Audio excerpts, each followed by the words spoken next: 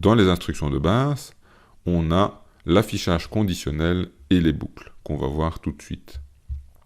Alors, qu'est-ce que c'est que l'affichage conditionnel? C'est un if. Pour ceux qui ont déjà fait de la programmation, le if, c'est simplement dire si une condition, alors j'affiche ou je fais quelque chose. Ici, c'est surtout de l'affichage, puisque c'est une instruction de rendu conditionnel. Alors, qu'est-ce qu'on va pouvoir bien tester? Imaginons, on a une,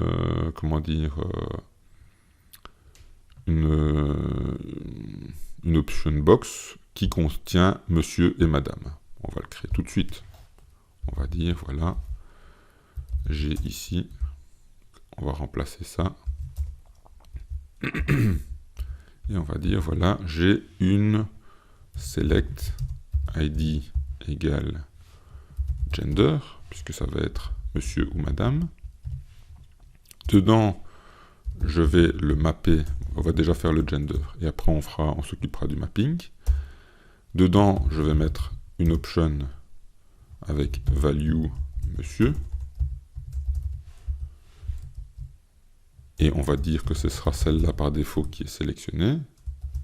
On va afficher également monsieur, c'est pas juste la valeur. Une autre option value qui sera madame, et qui va afficher madame. Jusque-là, rien de bien spécial. Dans nos variables, on va mettre donc une variable gender aussi, par défaut qui est vide. Et on va lui dire ici de binder dans les deux sens sur justement notre variable gender dans Vue.js. Jusque-là, ça reste simple. Là, on a mis vraiment les choses en place. Maintenant, imaginons qu'on aimerait afficher une image pour monsieur, une image pour madame, une image pour... ce serait quelqu'un d'autre. Voilà. Eh bien, on a ce qu'on appelle vif, velsif et velse.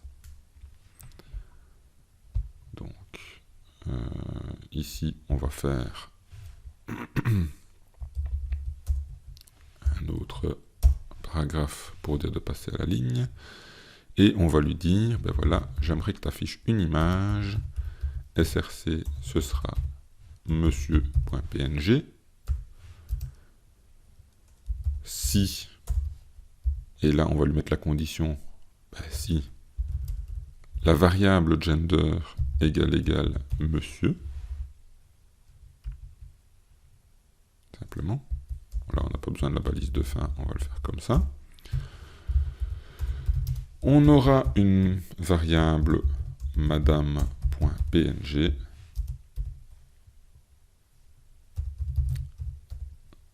Donc là, on faut le lire en fait, si gender égale monsieur, on a une image monsieur.png. Sinon, si gender égale madame, on aura une image madame.png. Sinon, là on va mettre le sinon. Donc velse, ben à ce moment-là, on aura une image qui sera unknown.png. Donc les trois images, ça je vous les donnerai en lien en dessous de la vidéo. Ici, je les ai copiées-collées, donc vous voyez, elles sont apparues. Je les fais en dehors de la vidéo, donc ne vous inquiétez pas, ça n'apparaît pas tout seul comme ça. J'ai coupé la vidéo pour le faire. J'ai vu aussi une erreur, c'est que j'ai mis un égal au lieu d'un double égal ici. Donc si jamais vous avez le phénomène suivant qui apparaît, c'est-à-dire que vous dites voilà, je vais ajouter un unknown pour dire de tester justement mon unknown, et que quand vous allez dessus, vous vous dites j'arrive pas à sélectionner mon unknown, à chaque fois que je le sélectionne, ça ne marche pas. Bon, déjà, il n'apparaît pas. Regardez, F5. Voilà, vous le sélectionnez, ça marche pas, il reste sur madame. Vous sélectionnez monsieur, ça marche, mais pas madame. Voilà, vous voyez, il y a des petits soucis ainsi. C'est qu'il y a quelque part un égal au lieu d'un double égal. Un test, c'est vraiment un double égal en JavaScript. Donc ici, on refait F5, et là maintenant, le unknown fonctionne. Monsieur, on a bien monsieur, madame, on a bien madame, et si on a autre chose, on a unknown. Que à mon avis, j'ai mal écrit. unknown. C'est un JPEG. JPG. Et c'est avec un U minuscule. Je ne pense pas que ce soit case sensitive, mais bon. Là, F5, voilà, c'est mieux comme ça. Voilà, vous avez vu, blanc ou point d'interrogation, il passe bien dans le else. Comme ça, on a bien if. Donc, si c'est monsieur, on affiche l'image de monsieur. Sinon, si c'est madame, on affiche l'image de madame. Sinon, dans tous les autres cas, on affiche unknown. Bon, ici, il faut vraiment qu'ils se suivent pour qu'ils comprennent que le else est lié aux autres. Donc ça, c'est une chose à voir. Maintenant, vous pouvez mettre des VIF partout. VIF gender égale monsieur, alors on affiche ça. VIF gender égale madame, on affiche ça. VIF gender est différent de monsieur et gender est différent de madame, on affiche l'autre. Ça, libre à vous de faire ce que vous voulez. Moi, je vous montre la base ici. Ça, c'est pour le if. Alors, imaginons maintenant qu'on ait une liste de monsieur et une liste de madame. Bon, vous allez me dire ça ne sert à rien, mais pour notre test, c'est bien pratique. Donc, qu'est-ce qu'on va faire? Notre gender, on va mettre que c'est une gender list. Avec, donc, une liste. Une liste, c'est un tableau, donc c'est entre parenthèses, comme ça, entre crochets. On va mettre plusieurs valeurs. On va mettre monsieur. On va mettre madame. On va remettre monsieur. Puis on va mettre un inconnu aussi. Voilà. Je crois que ça suffit déjà. Donc là, on a notre liste.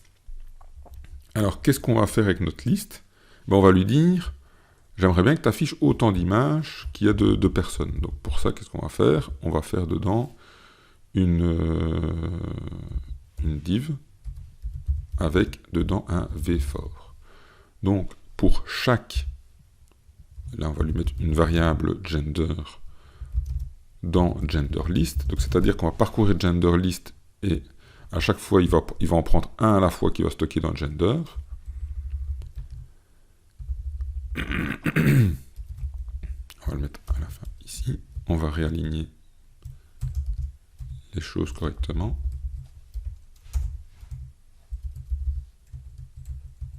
Voilà, c'est mieux comme ça. Là, on va lui dire if gender.